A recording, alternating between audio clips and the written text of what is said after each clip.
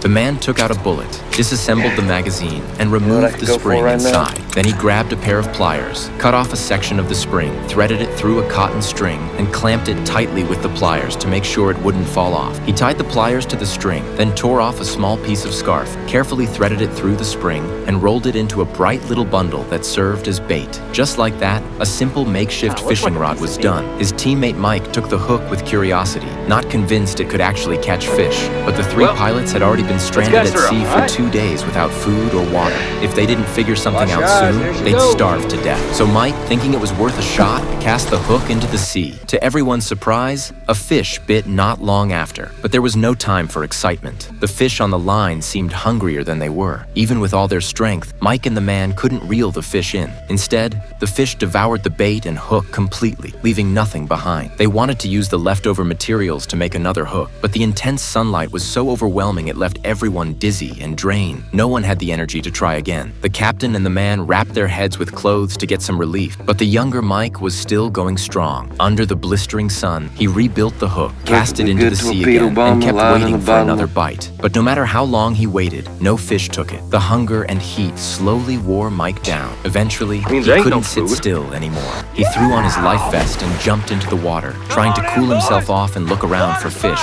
Mike swam for a long time, but the endless blue ocean was completely empty. There was nothing but water. Realizing he was wasting energy, he gave up and returned to the life raft to come up with another plan. With no fresh water or food, they were growing weaker by the hour. The relentless sun made everything worse, and their bodies were starting to dehydrate. The man couldn't take it anymore and cupped seawater in his hands, ready to drink. But the captain told him to stop. Seawater wouldn't help and would only make things worse. The captain's warning made him feel hopeless. Most of his body's water was already gone, and if they just sat there, they were doomed. Thinking of this, Mike tried to stay focused and cast the hook into the sea again, hoping something would finally bite. And sure enough, after a while, a few small fish swam up to the raft, but instead of biting, they just swam in circles around the hook. Seeing this, Mike snapped. He reeled in the line, pulled out a small knife from his pocket, and prepared to take his frustration out on the fish. The captain rushed to stop him, worried he'd puncture the raft. But Mike, now delirious from hunger, ignored him completely. Instead, he tightened his grip on the knife and started stabbing wildly into the water. I